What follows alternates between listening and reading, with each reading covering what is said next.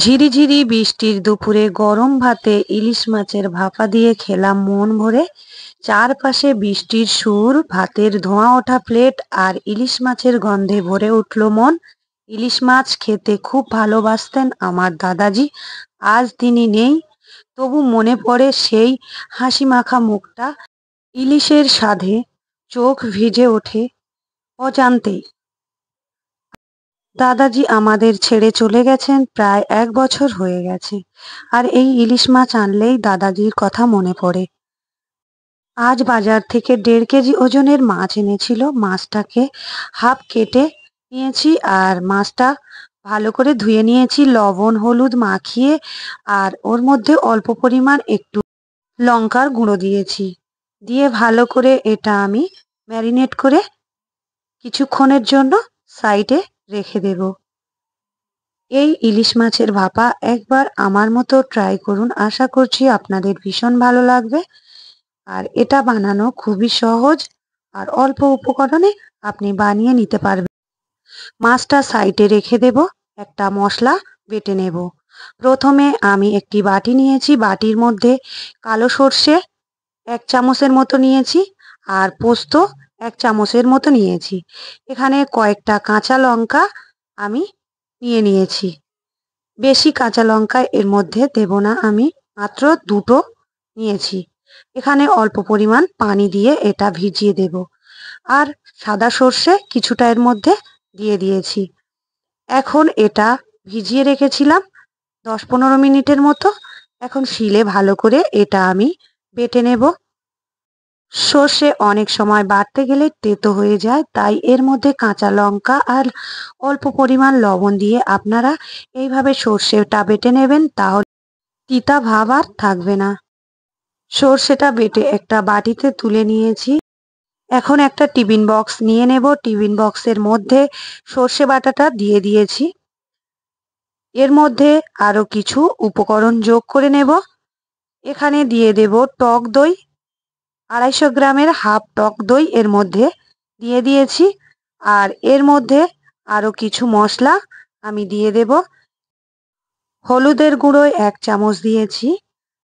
লবণটা স্বাদ অনুযায়ী দিচ্ছি, কারণ সর্ষে বাটার সময় অল্প করে লবণ দিয়েছিলাম, মাছেও লবণ দিয়েছি, তাই অল্প পরিমাণ এখানে ব্যবহার করেছি। আর এখানে 1 চামচ দিয়েছি লঙ্কার গুঁড়ো, যেমন আপনারা ঝাল খেতে পছন্দ করেন তেমন দেবেন। আর এখানে কাঁচা সরিষার তেলও দিয়ে দিয়েছি। হাত দিয়ে সুন্দর করে ফাটিয়ে নেব, কারণ টক দই একটু ভালো করে ফাটিয়ে নিলে না হলে দলা দলা পেকে যায়। তাই হাত দিয়ে ফাটিয়ে নিয়েছি।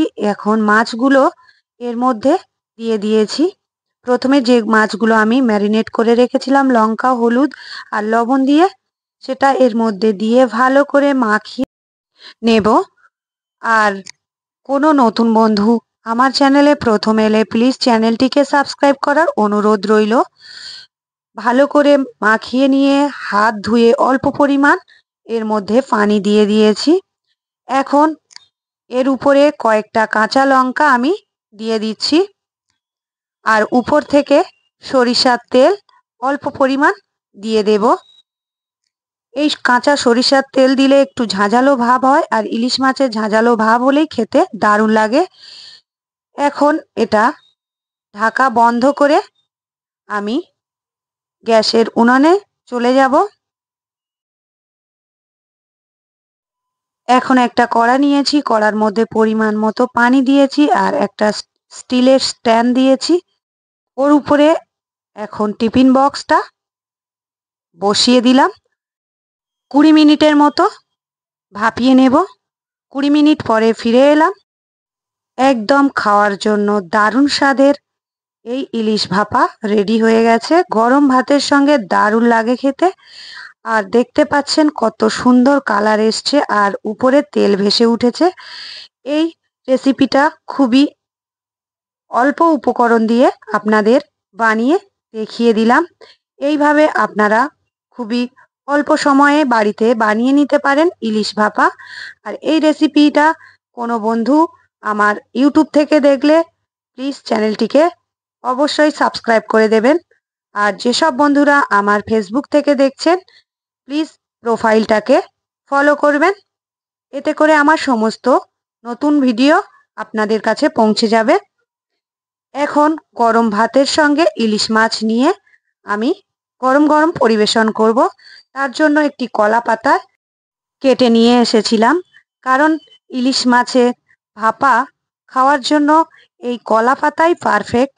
তো কলা পাতায় খেতে দারুণ লাগে, তাই কলা পাতা প্লেটের মধ্যে আমি সুন্দর করে গোল করে কেটে নিয়েছিলাম। ওটা রেখে ওর মধ্যে ভাত আর দুটো কাঁচা লঙ্কা আর একটা লেবু নিয়ে নিয়েছি। আর ইলিশ মাছ ভাপা কিছুটা আমি নিয়ে নিয়েছি। এখন গরম গরম পরিবেশন করব। আর এই রেসিপিটা কার কার ভালো লেগেছে, ভালো লাগলে অবশ্যই লাইক কমেন্ট শেয়ার করবেন আর সাবস্ক্রাইব করে দেবেন, অল নোটিফিকেশান অন করবেন। এতে করে আমার সমস্ত ভিডিও আপনাদের কাছে পৌঁছে যাবে। আর যেসব বন্ধুরা প্রথম থেকে শেষ পর্যন্ত আমার ভিডিও দেখেছেন, অসংখ্য অসংখ্য ধন্যবাদ। এইরকম সুন্দর সুন্দর রেসিপি পেতে হলে প্লিজ চ্যানেলটিকে সাবস্ক্রাইব করবেন। আজকের এখানেই শেষ করছি, আবারও পরের এপিসোডে হাজির হয়ে যাব খুবই সুন্দর সুন্দর রেসিপি নিয়ে। তাহলে বন্ধুরা, কেমন লেগেছে আমার থালিটা অবশ্যই কমেন্ট করে জানাবেন। আর তাহলে এখানেই শেষ করছি। সুস্থ থাকুন, ভালো থাকুন, প্রাণ খুলে হাসুন। আল্লাহ হাফেজ।